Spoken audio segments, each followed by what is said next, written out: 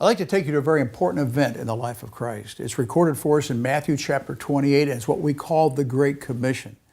This happened at a time of the life of Christ when he lived on this earth. He'd grown up, he had served his Father, he had died on the cross, the resurrection had taken place, and he's now in his glorified state. And he's now with his disciples for one of the last times. And he calls them up onto a mountain in Galilee, and the disciples come up on the mountain and they worshiped him. And at that particular time, he gave them what we call the Great Commission. He gave them the command. And the command goes like this. He said, Jesus said to them, "All authority in heaven and earth has been given unto me. Go therefore and make disciples of all nations, baptizing them in the name of the Father and of the Son and of the Holy Spirit, teaching them to observe all that I've commanded you. And behold, I will always be with you to the end of the age." And as he records this and as he speaks this to the disciples at this particular time, he is giving us the commission that we as the church are to carry out. He starts off by saying that we are to go. That's a very critical word. I have it underlined in my Bible because it's the command for each of us. We are to go.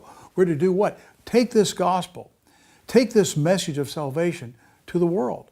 And he tells us, in fact, we are to take it to all nations and not just make converts, but we are to make disciples, disciples of all nations. And I often think about this when you realize this is the last command Christ gave when he was on this earth.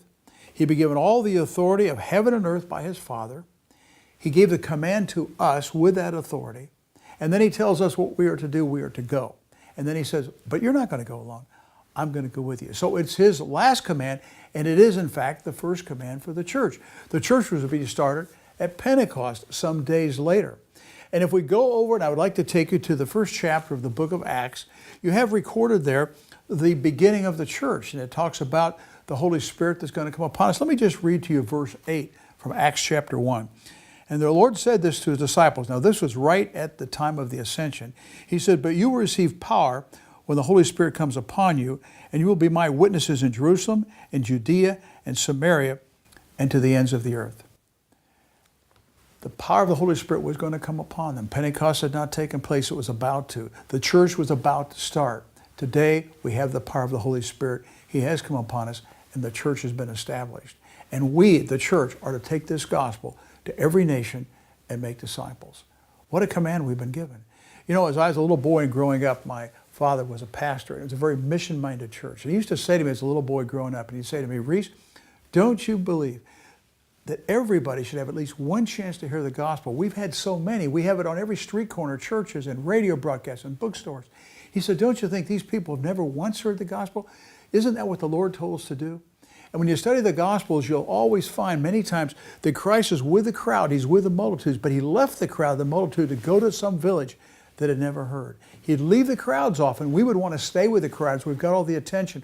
We have all the audience. But no, Christ would leave to go to the village that had never heard. Take the gospel where they've not heard. And I believe that's a responsibility we have. We are all to go someplace and take the gospel. We're all to make disciples. And in CEF, the ministry that I'm involved in, I am so thrilled that God has put upon our hearts to take this message, especially to children, to every nation of the world. That is our desire, to go, take the gospel, make disciples. It's the first command that the church has been given and the last command that Christ gave. I think we should take it very seriously. This is the will of God for the church.